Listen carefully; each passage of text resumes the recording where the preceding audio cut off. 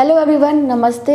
तो आज के इस वीडियो में मैं लेके आई हूँ आप लोगों के 5 सवालों के जवाब के बारे में, जो कि नॉर्मली मुझसे बार बार पूछा जाता है। वीडियो शुरू करेंगे उससे पहले आप लोगों से रिक्वेस्ट है, यदि आप लोगों ने अभी तक हमारे चैनल को सब्सक्राइब नहीं किया तो प्लीज़ कर लीजिएगा। वीडियो अच्छा लगेगा तो लाइक कर दीजिएगा। तो देखिए, अगर पहले सवाल की बात करें तो मेरे पास एक सवाल ये आया है कि जो प्रेगनेंसी के दौरान इंटरनल चेकअप किया जाता है, महिलाओं का फिंगर से चेकअप किया जाता है, जिसमें कि आपके सर्वैक्स को जांचा जाता है, तो वो क्या सभी महिलाओं के साथ किया जाता है, यानी कि सभी महिलाओं का इंटरनल चेकअप होता है? तो देखिए, सभी महिलाओं का इंटरनल चेकअप होता है, क्योंकि सभी की डिलीवरी होने वाली होती है। तो डॉक्टर प्रेगनेंसी के 9वें महीने में या फिर ज़रूरत पड़ती है तो पहले भी जांच सकती हैं।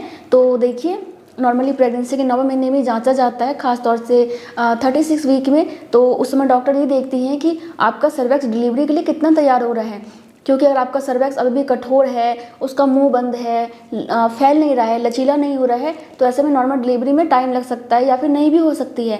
इसलिए जब आपका बच्चा हेड डाउन कर लेता है तो उसके बाद से आपका शरीर नॉर्मल डिलीवरी के लिए तैयार होने लग जाता है। और ख़ास तौर से आपका सर्वैक्स, क्योंकि बच्चा वहीं से बाहर आएगा, तो बच्चा नीचे आ जाता है तो धीरे धीरे अपने सिर से दबाव बनाता है, और ऐसे में आपके शरीर में हार्मोन्स उत्पन्न होते हैं, सर्वैक्स खुलना स्टार्ट हो जाता है, सर्वैक्स फैलने लग जाता है, मुलायम होने लग जाता है, क्योंकि बच्चे को बाहर आने के लिए आपके सर्वैक्स को फैलना ज़रूरी है, मुलायम होना बहुत ज़रूरी है। ठीक है, तो डॉक्टर इसलिए फिंगर की सहायता से चेक करती हैं कि आपका सर्वैक्स कितना खुला है।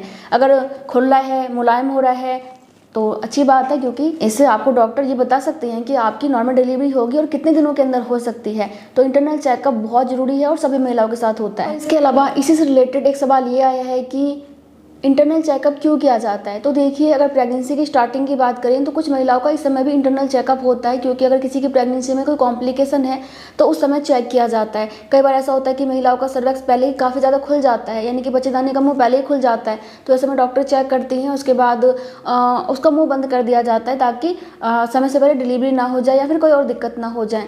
और जब आपका 9वां महीना स्टार्ट हो जाता है तो उस समय ये देखने के लिए कि आपका सर्वैक्स नॉर्मल डिलीवरी के लिए कितना तैयार हो रहा है, उस समय ये देखा जाता है। तो इस वजह से आपका ये चेकअप किया जाता है।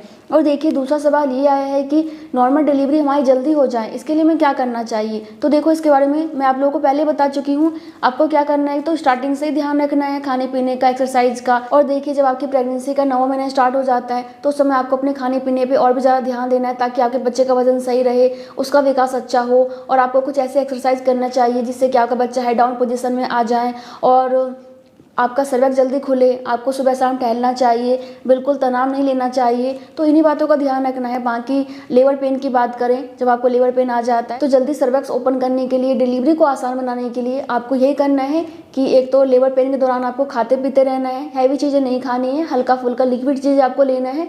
इसके अलावा आपको चलते फिरते रहना है, लेटे नहीं रहना है। ठीक है, तो इन्हीं बातों का ध्यान रखिएगा, तो आपकी बहुत ही आराम से और बहुत जल्दी, बहुत ही आसानी से नॉर्मल डिलीवरी हो जाएगी। इसके अलावा एक सवाल ये आया है कि डिलीवरी होने में कितना समय लगता है? तो देखिए, एक तो लेबर पेन होता है, दूसरा होता है जब आप डिलीवरी रूम के अंदर चले जाते हो, तो डिलीवरी रूम में ज़्यादा खींच के आपको आधा या फिर 1 घंटा लग सकता है। इसके अलावा अगर मान लीजिए कि अगर आप लेबर पेन की बात करते हैं, क्योंकि पहले लेबर पेन आता है, उसके बाद ही आपका सर्वैक्स धीरे धीरे खुलता है, उसके बाद डिलीवरी होती है। तो अगर पहली प्रेगनेंसी है तो हो सकता है कि काफ़ी ज़्यादा टाइम लग जाए, 24 घंटे लग जाए, 20 घंटे लग जाए, या फिर 4 से 5 घंटे लगे। लेकिन सेकंड डिलीवरी है तो आपकी जल्दी डिलीवरी हो जाएगी, क्योंकि देखिए, पहली डिलीवरी में मांसपेशियाँ काफ़ी ज़्यादा कसी हुई होती हैं, काफ़ी सख्त होती हैं, तो उसको फैलने में टाइम लगता है। लेकिन सेकंड डिलीवरी में आपकी मांसपेशियाँ ढीली होती हैं, क्योंकि एक बार डिलीवरी हो जाती है तो मांसपेशियाँ पहले की तरह कसी भी नहीं होती हैं, तो डिलीवरी जल्दी हो जाती है। और देखिए, ये आपके खाने पीने पे, रहन सहन पे, आपकी एक्सरसाइज पे भी डिपेंड करता है। अगर आप पूरी प्रेगनेंसी के दौरान अच्छे से खा पी रही हैं, अपने ऊपर ध्यान दे रही हैं, नॉर्मल डिलीवरी के लिए तैयारी कर रही हैं, तो आपकी डिलीवरी ज़रूर जल्दी हो जाएगी। लेकिन अगर आप कुछ ध्यान नहीं दे रहे हो, खाने पीने पर ध्यान नहीं दे रहे हो, आपको कोई मतलब ही नहीं है कि मेरी डिलीवरी नॉर्मल हो या सिजेरियन हो, तो ऐसे में आपकी डिलीवरी नॉर्मल नहीं भी हो सकती है और आपको काफ़ी ज़्यादा लंबा समय भी लग सकता है। ठीक है, और देखिए, इसके अलावा एक सवाल ये आया है कि क्या डिलीवरी के दौरान सभी महिलाओं को एक जैसा ही दर्द होता है? तो ऐसा भी नहीं है कि सभी महिलाओं को एक जैसा ही दर्द होता है, लेकिन दर्द तो सभी को ही होता है, किसी को कम हो या किसी को ज़्यादा हो, दर्द सभी को ही होता है। और देखिए, ऐसा भी देखा गया है, एक रिसर्च हुआ जिसमें कि ये देखा गया है कि जिन महिलाओं को पीरियड के दौरान ज़्यादा दर्द होता है उनको डिलीवरी के दौरान भी ज़्यादा दर्द होता है। जिन महिलाओं को पीरियड के दौरान कम दर्द होता है उनको डिलीवरी के दौरान भी कम दर्द होता है। ऐसा रिसर्च हुआ है, मैं अपने आप नहीं बता रही हूँ, रिसर्च के हिसाब से बता रही हूँ। तो अगर आपको पीरियड में दर्द कम होता था तो हो सकता है कि आपको डिलीवरी के दौरान भी दर्द कम हो। अगर मान लीजिए कि आपको पीरियड में काफ़ी दर्द होता है तो हो सकता है कि डिलीवरी के दौरान भी आपको काफ़ी ज़्यादा दर्द हो। इसके अलावा आपका दर्द ज़्यादा होगा या फिर आपका दर्द कम होगा, ये इस बात पे डिपेंड करता है कि आपने डिलीवरी की कितनी तैयारी की है। अगर आप एक्सरसाइज का ध्यान रखते हैं, खान पान का ध्यान रखते हैं, अपने सप्लीमेंट का ध्यान रखते हैं, तो नॉर्मल सी बात है कि आपको दर्द कम सहना पड़ेगा, आपकी डिलीवरी जल्दी हो जाएगी। लेकिन अगर आप एक्सरसाइज पे ध्यान नहीं दे रही हैं, टहलने पे ध्यान नहीं दे रही हैं और आप अपने खाने पीने का ध्यान नहीं रख रहे हो, टेंशन में रहते हो, तो ऐसे में हो सकता है कि आपको काफ़ी ज़्यादा दर्द सहना पड़े।